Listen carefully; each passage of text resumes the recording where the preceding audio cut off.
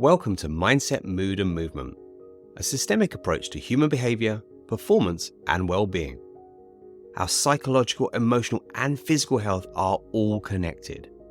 And my guests and I endeavor to share knowledge, strategies and tools for you to enrich your life and work.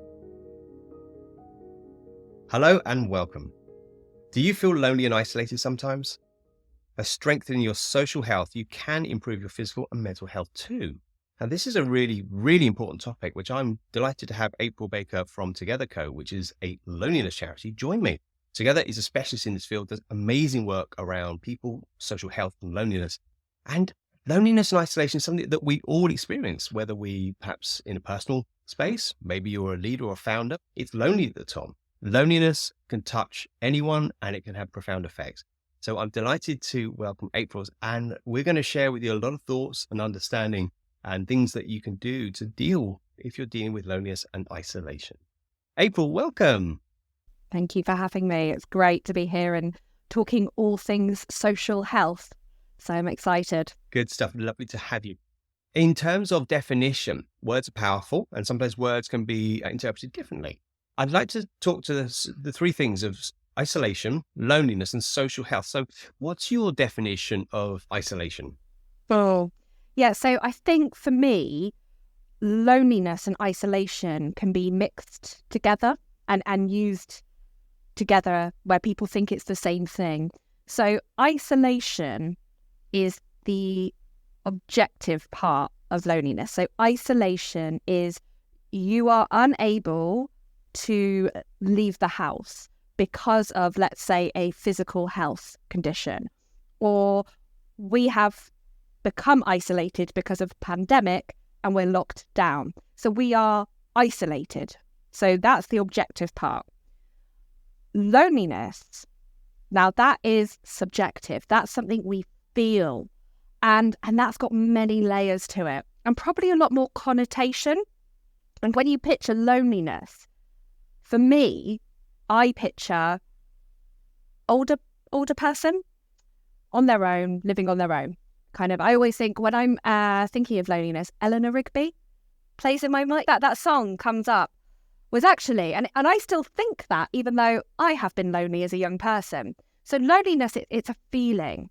And there's different forms of loneliness. So it's around a disconnection from something. So it could be a disconnection from yourself. So you just don't get yourself, you don't know who you are. So it's quite existential in that regards.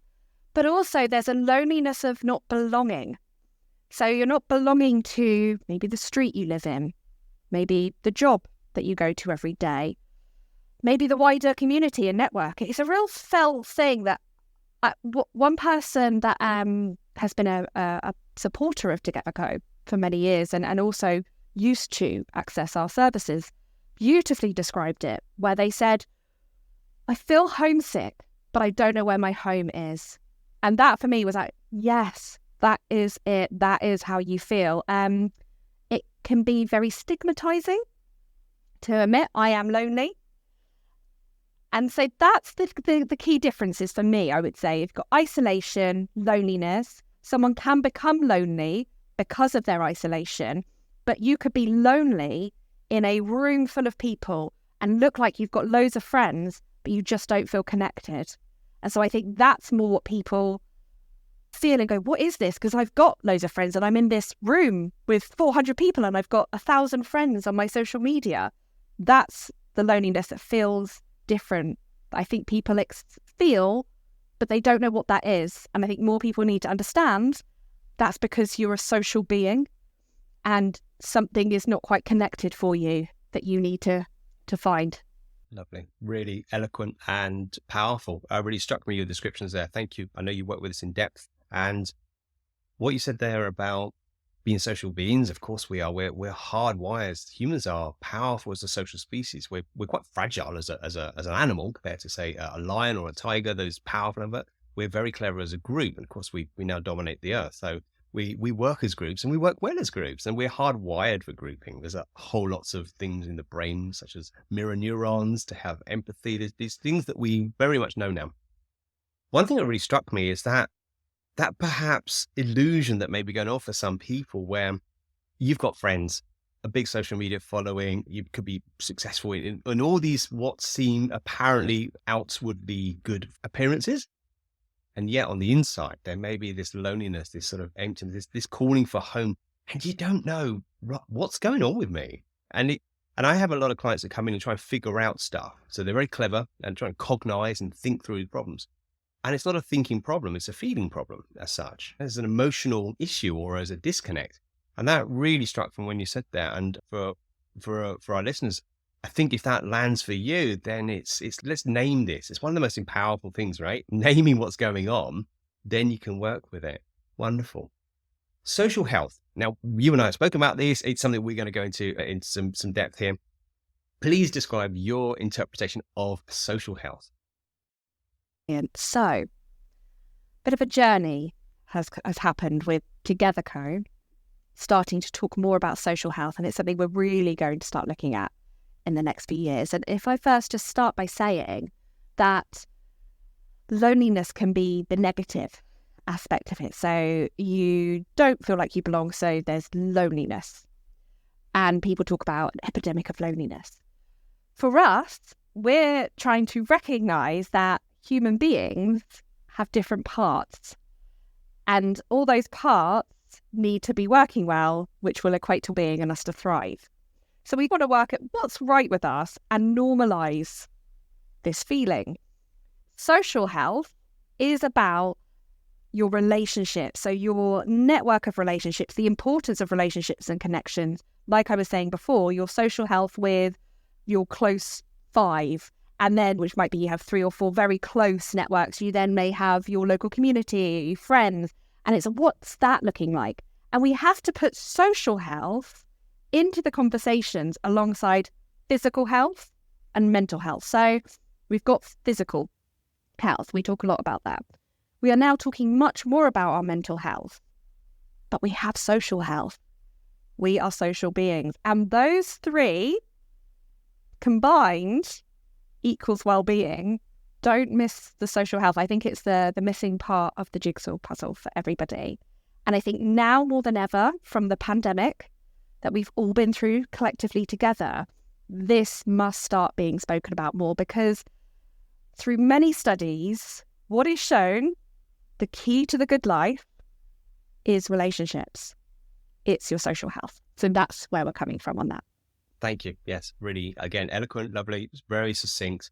And as you know, for my regular listeners, my entire philosophy is based on an ecosystem of the individual, how our mind works, our emotional mind or body, and our physical body. And if we only attend to one, we're missing out on the other. So you might exercise a lot, but may not deal with your emotional challenges.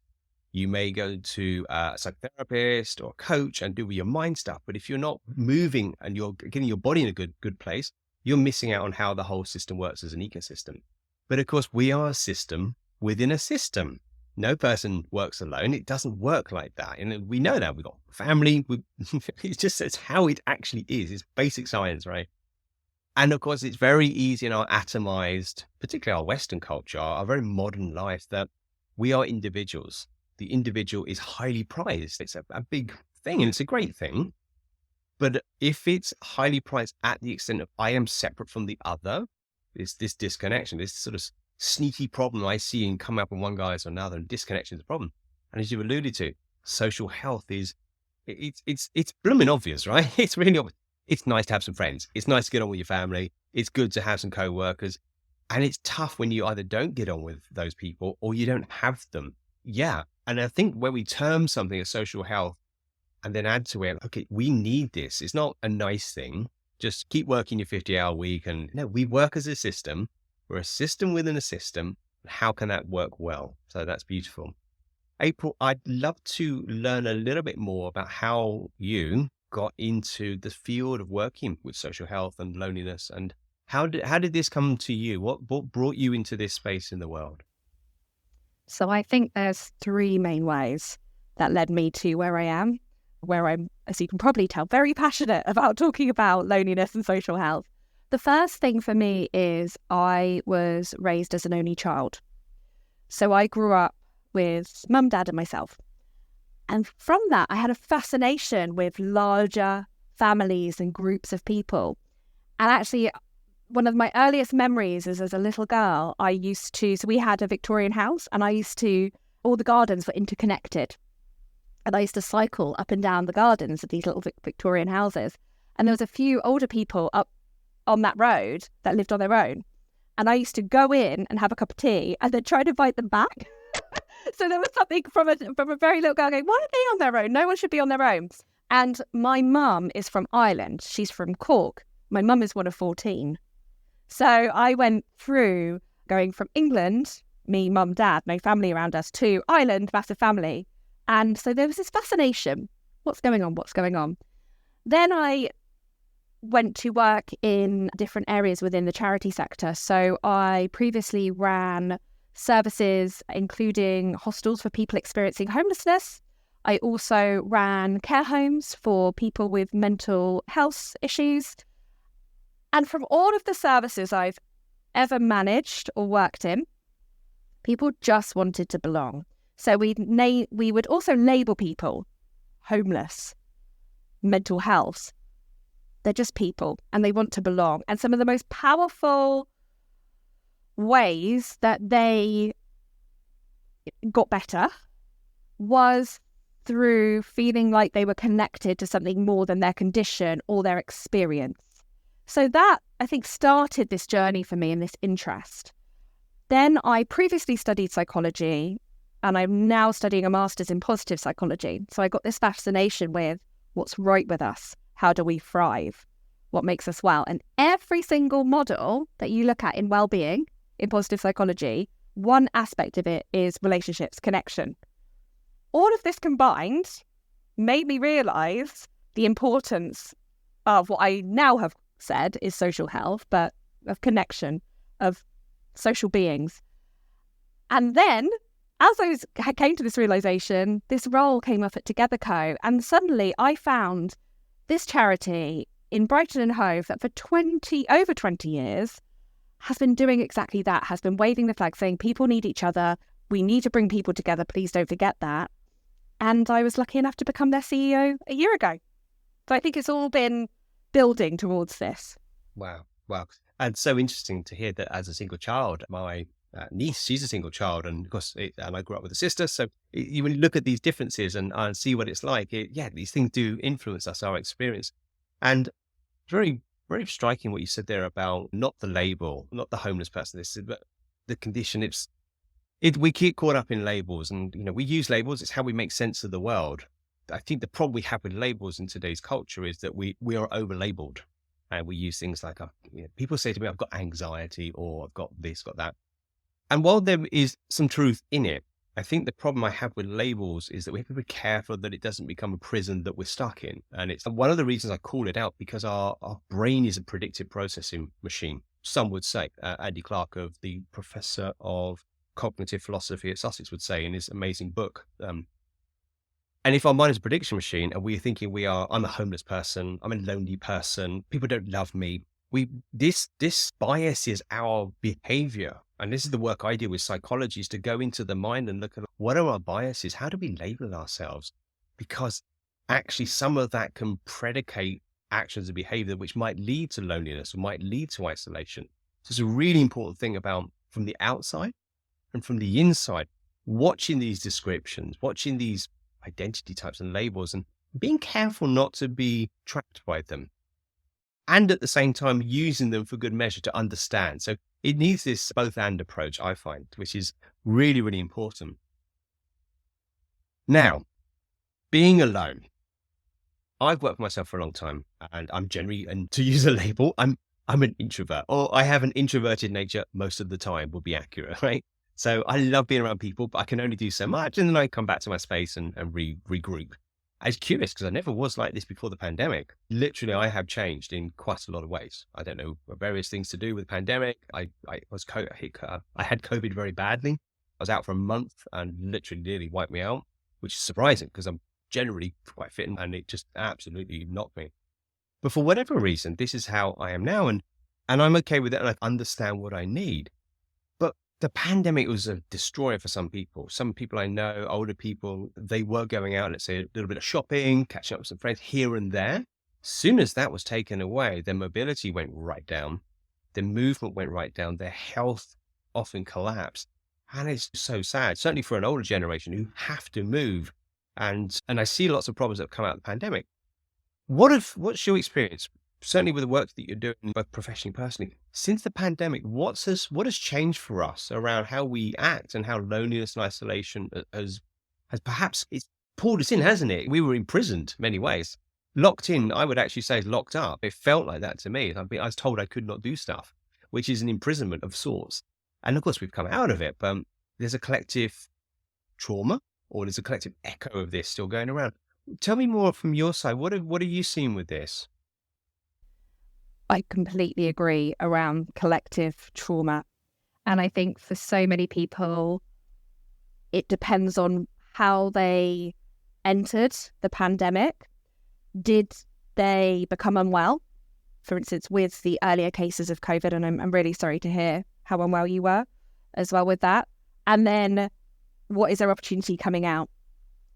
So what we have experienced at TogetherCo is a much higher level of anxiety and agoraphobia as the reasons people are being referred to us. So people that had, and I can just say in terms of even my own friendship groups, actually, people that had never experienced anxiety, what that feels like, or being fearful to go out and about, suddenly have experienced that because we got told stay in. Very, very hard to go back out. So that's the first thing I would say we're experiencing. The other thing to say is that before we went into the lockdowns, there was already people that were very isolated and very lonely. And now they are chronically isolated and lonely because, as you were saying, that one person that would come once a week to take them out was that one bit of movement, that one. And actually, if we do not have that, we decline very, very quickly. Thing I haven't mentioned around loneliness is a really powerful piece of research has shown that loneliness is as bad for us as smoking 15 cigarettes a day. It really is a killer. If people don't get that once a week contact, sometimes it might have only been once a month, someone who actually physically comes, sees that person, takes them out, the decline is significant. So actually, people that were lonely becoming chronically lonely as well. And then I think there's some that, what I've noticed is they're trying to now be really busy again and not coping with that. So they're like, oh my gosh, I've lost 2 years of my life and I've got to hurry up. So we've come back out and we had a slower pace, and now we're trying to be as busy as we once were or more busy. And so you hear, how are you? I'm really busy. I'm tired. I have to book to see some of my friends 5 months in advance. And that's too much.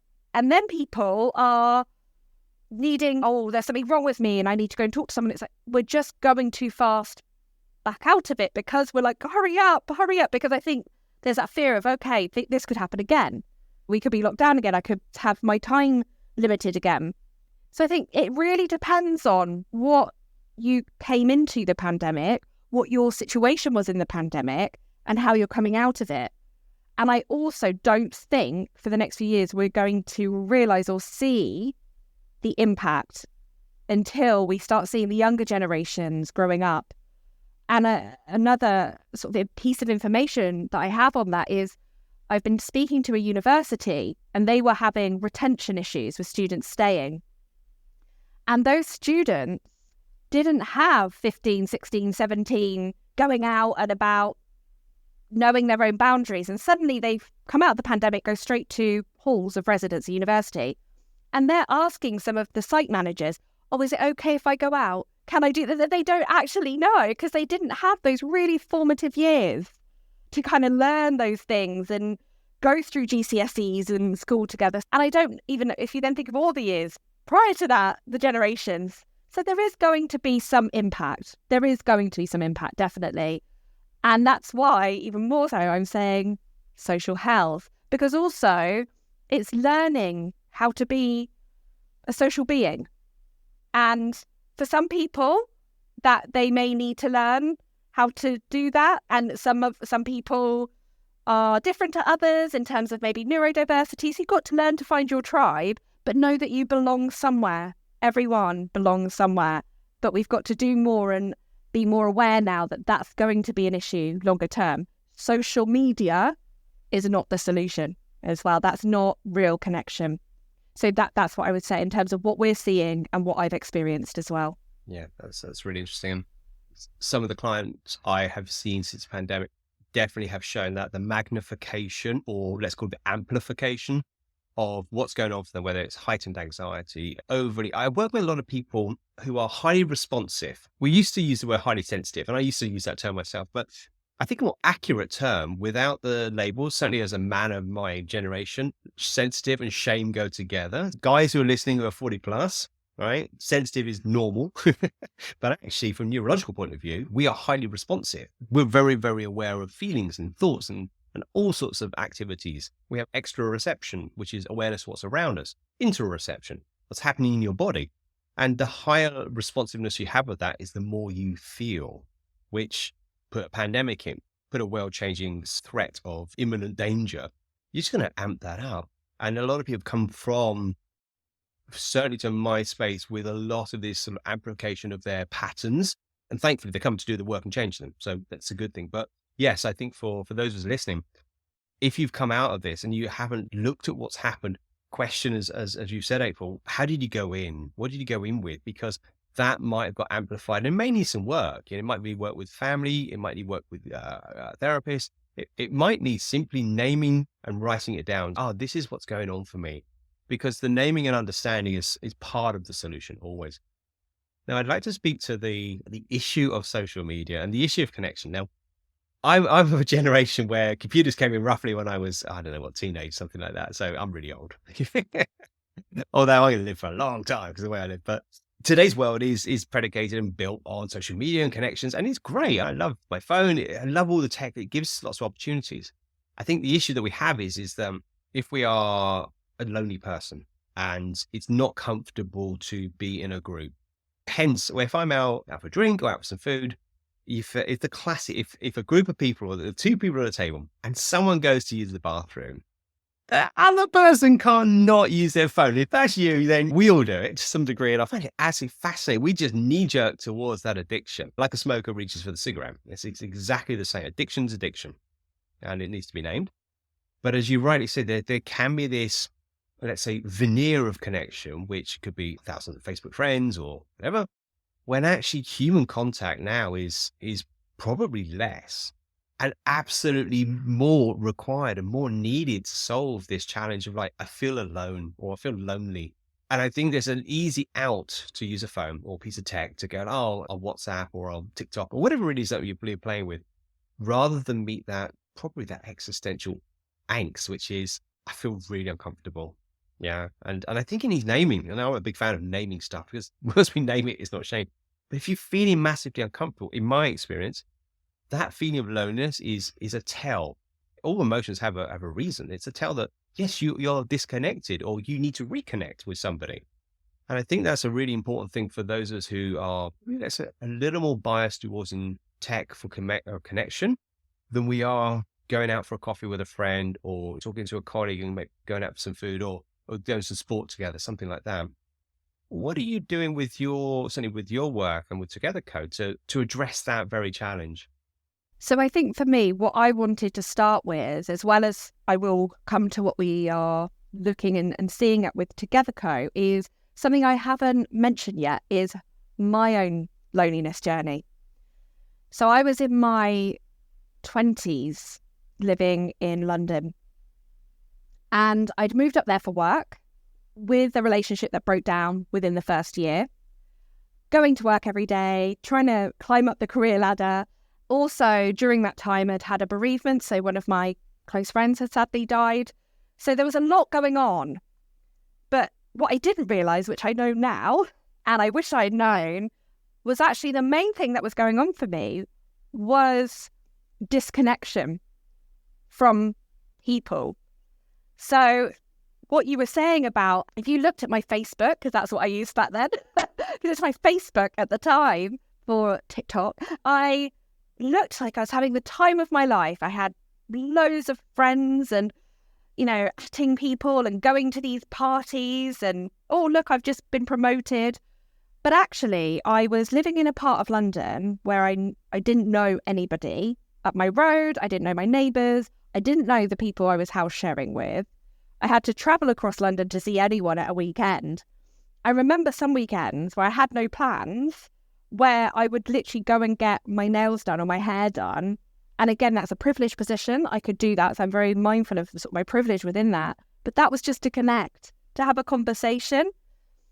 And for me, it took the realization, I'll never forget the moment. I was on a train back from Dorset where my family lived after Christmas. And I was going back to London, going to go back to work, go back to the shared living. And I said, enough's enough. And actually, what I had to do is go, what's going on? And I really had to look inside myself to be like, what am I missing? And that's what I said, what am I missing? What am I missing? Because all the lead up to that was I'd been diagnosed with depression. I had been diagnosed with panic disorder. I was going to therapy, but there was something else that was not working. The biggest thing that wasn't working was where I was living and not knowing anybody. That started my journey back to Sussex and back to Brighton, because I also realised through that journaling was really powerful for me during that time. I realised the sea was really important. So some people might find woods or parks. The sea is really important. I grew up in Dorset. It was very important. And also Brighton was where I had the most amount of friends in one place, which wasn't a lot. I think it was four people. So it's like, they're where most of my friends are. It's by the sea. I know some of the area. And so I made the move. And I think for me, the reason I'm sharing that is to say, like, all of what's shown on social media and what we do on social media absolutely can be beneficial. During that time, I got to message people and connect with someone that I once spoke to when I lived in Australia and things like that. But it was not the same as being physically in a place, like actually on your street or in your town, city, village, knowing people. And that is really, really important. And that is something, like, there is a lot of things that social media can be good for. So you can, through social media, find your tribe of a particular condition you might be suffering. So for me, I got to join a forum about anxiety. Brilliant. But it's not going to replace that connection of an actual person being in front of you. And like I said, it doesn't have to be best friends. It can be going to the corner shop and knowing Joe, who runs the corner shop, and having a chat every day. Going to the coffee shop. And that's another thing that we're losing less and less of, is those places of connection in our towns, cities, villages. So recently, I'll give you an example, they are looking to close ticket stations at train stations. Big concern for me. And so when I bring into what we do at TogetherCo, so TogetherCo has spoken about that and said, hang on a minute. Firstly, people need to connect, and a lot of people going to the train station need a conversation. And secondly, their reason for it was modernisation. But surely modernisation in this world is actually being inclusive of people. And I was reading about the RNIB did a survey for people who are partially or blind, and only 3% of people surveyed from that community would feel comfortable using a machine. Actually, this isn't modernisation at all. For me, this is choosing convenience over connection. And that is something that bringing TogetherCo back into it. TogetherCo is trying to say, look, let's not do convenience and cost cutting over connection. Because those small moments of connection, it doesn't have to be big. And so I don't want people to feel like, oh, but I still don't have any, that I don't know people. Doesn't matter. Go and just have a conversation in your local shop. Go and have a coffee and get to know the coffee owners. Those few moments of connection, it's been proven biologically, help us every day with our positive emotion. So we're campaigning it TogetherCo, but also there's a real personal message from me that I wanted to share at this point to say, I have felt lonely. It did cause my mental breakdown. It was caused by my loneliness. My social health impacted my mental health. Thank you. That's a very powerful story, and I'm very touched by it. So thank you for sharing, and obviously sorry for the loss of your friend. Isn't it interesting, the labeling? And whilst the conditions you may have had at that time, I call them expressions, we call them conditions if you're medical, but depression, panic disorder. I think if we don't look at the environment, like you've already alluded to, like the social health environment, we don't look at what's the bigger picture here, what's going on. And I would actually also say the better question, certainly a question I drop in my coaching a lot, is like, what is not going on? Because we often look at what we're doing, but what are we not doing? I haven't gone to the shop this week, or I know a client and they work in tech and they spend a lot of time with them techs, what they do, and they don't go out much. I'm like, what do you mean you haven't been out today? What do you mean? I've been out like 8 times. I've done 7 miles already. I was like, oh no, I didn't go out. I'm like, wow. And of course, that's not healthy. Humans are wired to connect. And sometimes the what am I not doing question is really powerful, because if you are having the experience of depression, or you're pulling back, or there's a lot of panic or anxiety, there's a reason why your nervous system, your brain body system is expressing that way. There's a reason for it. It's not wrong. For some people, it's a maladaptive condition, and there are other elements to it. But if we don't ask what is going on in the bigger picture, certainly with connection as we're speaking to now, then we're really missing I think the message in those situations. And yeah, amazing. Thank you for sharing that. It's really powerful. And I too heard about that shutting down of ticket offices. And yeah, the word modernization is very careful. That doesn't mean it's better. Oh, it's modernizing. Yeah, the modern world. So it doesn't mean it's a better world. And our rates of anxiety and depression going up? Are suicide rates going up? Are we having issues with the economy and the environment? We know the answer to these questions. They're pretty bleak. And there's a reason for this. Now, we can't solve all the problems in one go. But if one of the issues are disconnection from other people, the answer is quite simple. Not necessarily easy, but simple. It's reconnect with other people. And so let's look at how that might happen. I want to speak to, so some of my audience are, like you said earlier in our conversation, they're surrounded by lots of people, and they have people in their lives, and they're busy and probably successful to some degree, and yet have that gnawing feeling if you're on your own for a minute in the shower or bathroom, and there's something missing. There's something wrong with me. And I coach a lot of people who do really well in many aspects, but existentially, there's a hole, there's a problem. And we go to that. We're like, what is that?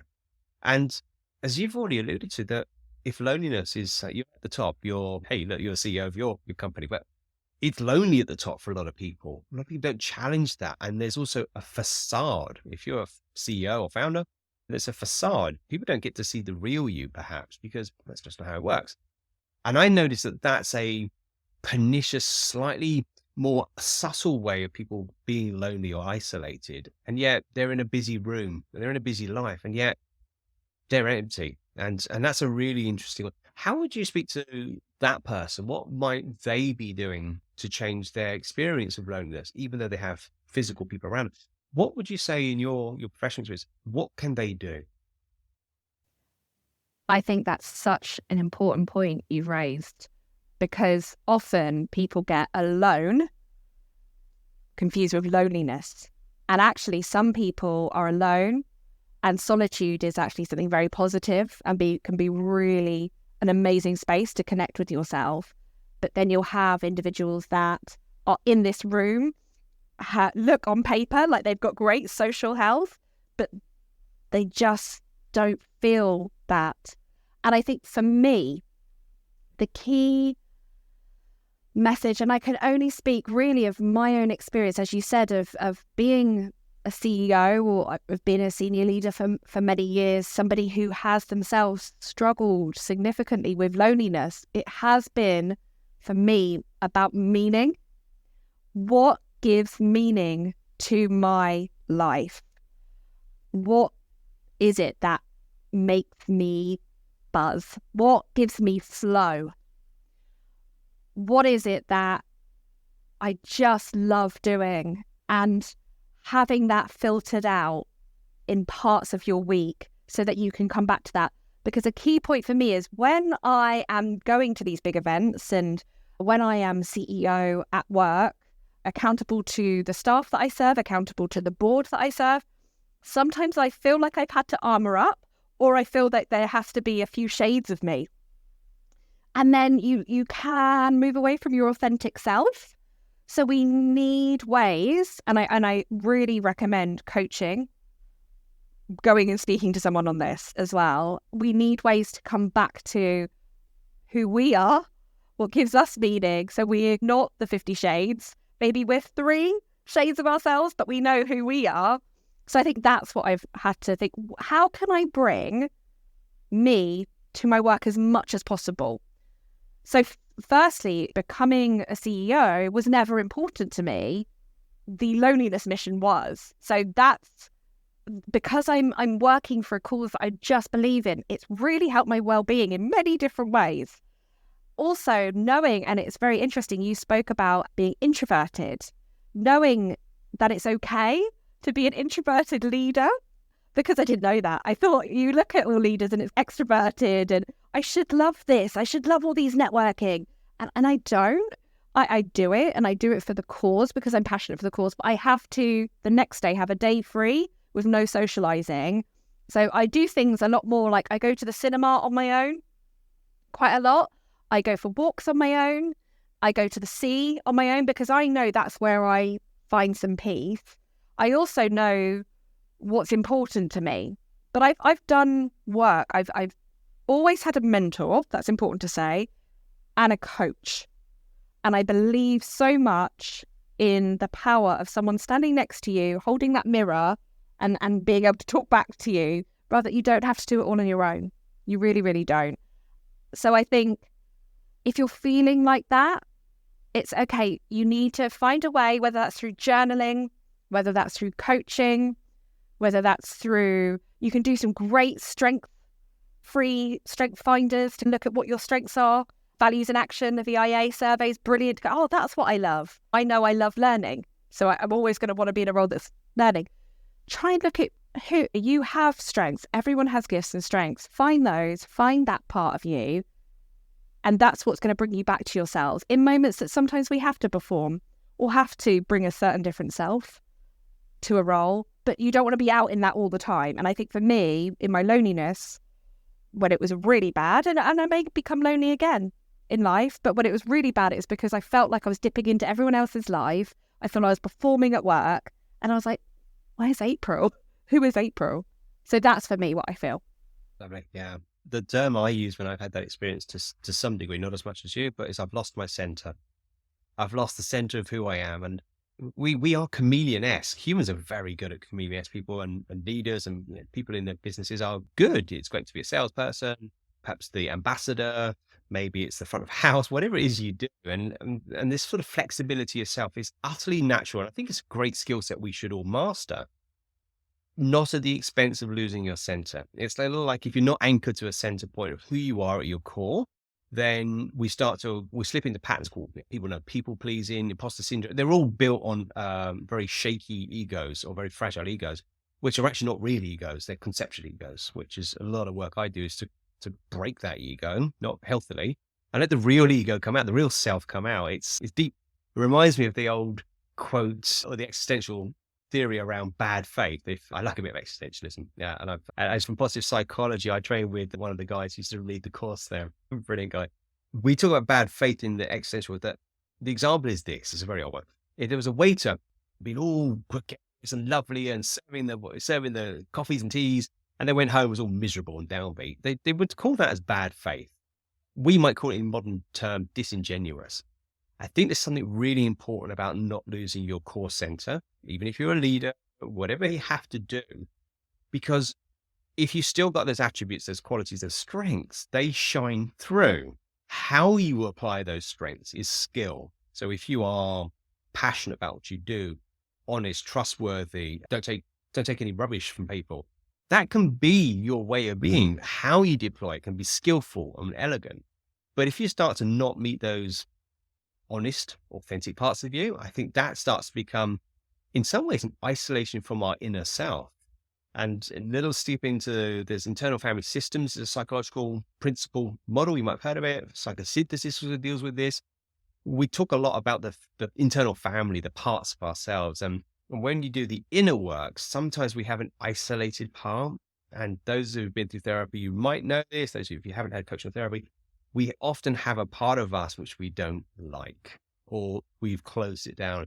It could be the rebel, it could be the kid, I don't know, it's one of these parts, or it got shamed. Certainly in the male domain, which I can speak to with my own experience, is that part got shamed. So that's not okay to be that version of you. You have to be, certainly the nonsense I was growing up in, strong, masculine. I'm a really sensitive individual. So no, that's not going to cut it. You have to be strong and tough and hard. And so part of that softer, gentle part of me got closed down for many years until I did the work to let that part be seen and also brought back in. So that internal isolation and loneliness can happen as well. It's a more deeper level of working, but I think it's worth naming because it can be going on for many people. And that internal, just like there's something wrong, there's a dissonance within. It needs looking at because actually it's an expression of what often happens on the outside that we avoid people. April, social health. Let's get practical now. We've got our listeners have lots and lots of understanding and knowledge. What are the pillars? What are the pieces of social health? So if someone's thinking, yeah, you know what, this is exactly the stuff I need to attend to right now. That's what's going on for me. What are the key things in social health can we flag up and go, these are the pieces that make it? What would you say? So the first thing is with social health is relationships. So what I would suggest is looking at your current relationships with people. So I don't know if people are aware of Dunbar's rule of the 150 people, which is actually shown through anthropology that that's our limit. Actually, the hundreds of thousands of followers, it's not going to happen. So firstly, it's okay to only have a few people in your life. Maximum of people you can actually connect with, they say, is about 150. But what's key is think about those individuals that are important to you in your life, that when you're with them, they give you energy. Note those individuals down. Think about those people that you like an activity with. You go and do an activity. Note those people down. And think about how much time you're spending with those individuals, or how much time instead of spending with those individuals, you're scrolling on your phone or you're working overtime. So I would just do a bit of a summary of these are the people that give me energy. It could be one or two as well. And it may be at this moment in time you're not sure, which then that's telling you, I want to find those people. That's okay as well. You can start to find these people. So you want to build up a network of people that you know in your hardest moments you would be wanting to call on. And that takes time, I've got to say as well. But just key is people that like what you like and you're going to go and do stuff together. Like one of my friends, when they moved to Brighton, they didn't know many people. They knew myself, but they didn't know many people. They love volleyball. So they joined volleyball. They've now got a massive network of friendships and it's fantastic, and friends are being friends. So that's the first thing I would say is do that. Start building that up. And just in your week, just like we do with mental health, okay, I'm going to do mindfulness. Physical health, I'm going to go to the gym. Social health, I'm going to see Joe because Joe and me have a great giggle and I've had a really tough week and I'm going to commit. I'm not going to work late. So you add that bit in. The other thing I would say is don't overlook kindness and giving. So every day you have an opportunity to increase your well-being by doing really small acts of kindness throughout the day, giving to others. So that could be get off your phone, look up on the bus and smile at the person in front of you.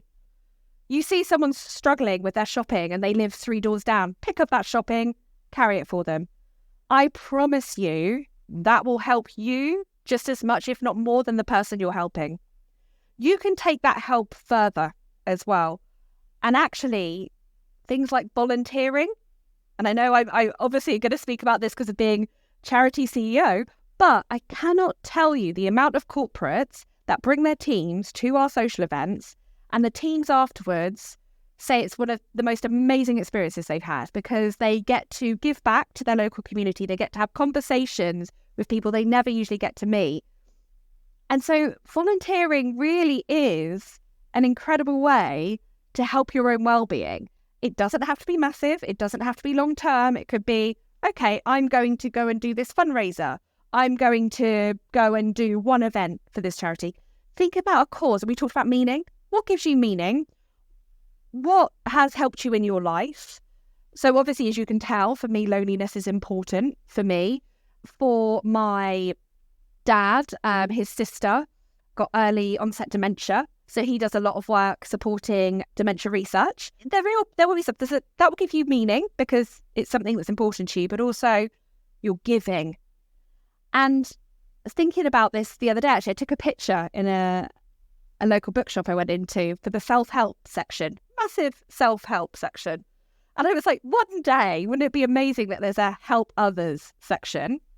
Because then you spoke about this really well earlier, Sal, about the individual being prioritized, which obviously is important, but actually helping your community, helping one another needs to be equally prioritized, because that's what's going to help you feel more grounded, more connected. That's going to help you recognize what you love, but also those daily acts of kindness, just like your daily acts of gratitude, really are powerful. They increase your positive emotion.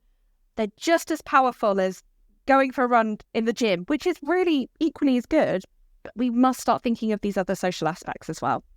Really, really nice. Absolutely amazing. We're going to capture those and put those points in the show notes for everyone. Amazing. What struck me when you said there about, yes, we're individuals. That's what I coach with. But here's the thing. We're also the other. I'm the other to you or to a person who passes me on the bus or on the street or whatever it is. So we're actually the other anyway. We forget that. We are the other as well as the individual. So when we realize that actually we're both. And I think that hopefully can break down the barriers a little bit, the psychological barriers about, should I do this? Should I say, no, you're the other. It's okay. Because what if someone helped you if you, I don't know, had a shoulder injury and you couldn't carry your bags? Someone said, oh, do you want a hand? Oh, thanks. Lovely. Amazing. Really, really cool. Last, I really want to just capture some clear things on what TogetherCo do, because it's really important. You've got some great program, and it will help encapsulate for everyone listening what you do as a profession, what you know works. Tell me a little bit, just the précis of you guys, what you do in your programs. Fantastic. Yes. So TogetherCo, as we spoke about, it's a loneliness charity based in Brighton and Hove. So it's all about developing your social health. We have two main programs. The first one is social prescribing. And this is something really important just to touch on, actually, is a national program. And you can go to your GP, or you might find us in job centres. And basically, it's a professional called a link worker that will help you around ways to connect. So it might be connecting with some financial advice or housing advice, but also it might be ways you want to connect in your local community. You might be a newcomer to the city. So we oversee social prescribing. So wherever you live in the UK, you can look up social prescribing, and also you can go to your GP and talk about that as well. The other part is befriending, and this is what I talk about with volunteers. So we match people across the city in neighbourhoods to become friends. And I cannot tell you the amount of beautiful stories of people needing people, and that people are just wanting to be together. But also, if it wasn't for TogetherCo, which has been going for 20 years, way before I came on board, those friendships wouldn't have happened. And some of those friendships last a lifetime. And because of that, people at the end, so dying well is as important as living well, people have a friend at the end. And if TogetherCo hadn't have matched them, they wouldn't have had anybody. This is powerful. Everybody deserves somebody. We don't come into this world fully alone. Our wonderful mothers bring us into this one, and we shouldn't go out on our own as well. And then sadly, people do. So that's something very, very important to us, and something we've been delivering, like I said, for many, many years, but we need more volunteers. And we also just have a whole range of volunteer programs. So anyone that wants to get involved, we don't say no. We say, come on board. What's your skills? How do you want to get involved? Because then they build up networks, because we have volunteer events, so they become friends as well. So that's a range of what we do locally. There is other, so if anyone's thinking, well, okay, but I don't live in Sussex, there's lots of other fantastic loneliness charities across the UK. You've got the Joe Cox Foundation in London. You've got the Marmalade Trust in Bristol. So there's lots of others as well. Age UKs across the country do a lot of working with older people. But what I would just want to stress as well, that loneliness is not an older person issue. It affects all of us at many points of our lives. Young people are really affected by it right now.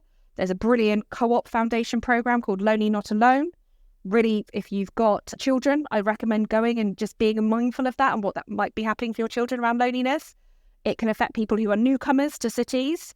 It's affecting men that you've spoken about with the connection and being able to reach out, and sadly high suicide rates, new mothers seriously affected as well. So it isn't just, oh, it's an old person thing, I don't need to worry about it. Actually, it can affect us all. Like I've spoken about, it affected me in my early 20s and it may do again. So lots of options. I hope that explained quite well a range of what we do, but also I'm just very passionate. Wherever you are, go and have a research about ways you can connect locally as well.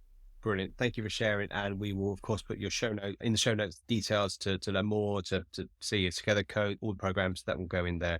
Yeah, I'm really struck because we had an initial conversation before this, and the feeling of loneliness, it's so easy in a busy world to not think about social health and to get caught up, so running a business, we're super busy, maybe you're a parent. And then it's when you sit down, that uncomfortable feeling, there's something up. And this connection, wherever it is, between your mind and your body, between you and your family, between us and our community, and I see between us and the environment, if we can reconnect, good things happen. A really powerful subject. I'm so thankful for you sharing your experience, both personally and professionally. It's really fascinating to hear. Thank you, April. And of course, let's meet up for a cup of coffee in real life. Yes, let's do it. Social health. Social health.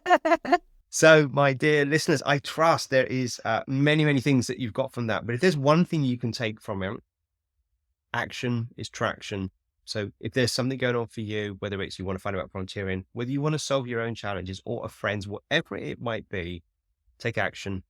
Action means change. Until the next time, take care. Thank you so much for listening. If you enjoyed the episode, please subscribe.